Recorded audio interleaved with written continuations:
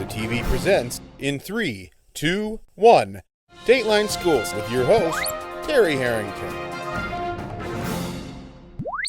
All this week in Dateline Schools, we're visiting Howland Woods Middle School and learning about a new math and reading grant that the middle schools here in Port Huron have just received from the state of Michigan. And tell us all about it, my special guests are the principal from Central Middle School, Mike Palmer, as well as Howland Woods Middle School principal, Heidi Bartle. And Heidi, what did you have to do to qualify and then ultimately apply for this grant? Well, in the fall, our district technology director, Richard Masugian, received an email offering the opportunity for districts across the state to apply.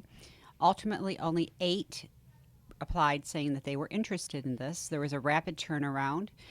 Of the 8 in our district, as I mentioned, Aaron Eastman and Jennifer Allen did some quick work to get this written within a month.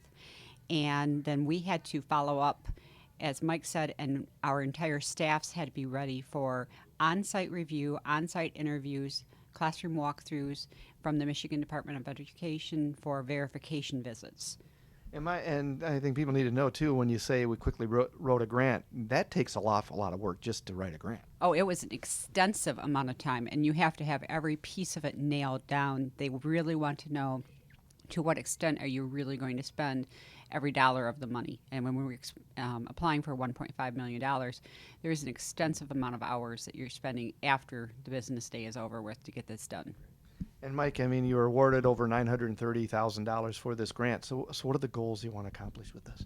Well, two of the things they were looking for when we applied was evidence that we had already had a blended learning environment for reading or math, and that it was effective for African American males.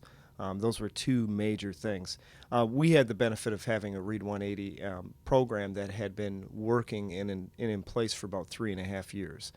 Heidi at Howland Woods has started it this year, but we were fortunate that we had the data that we could show. We had made a great deal of growth with students, with African American male students. So that really gave us a leg up, I think, in terms of competing with the other schools that were going for the grant.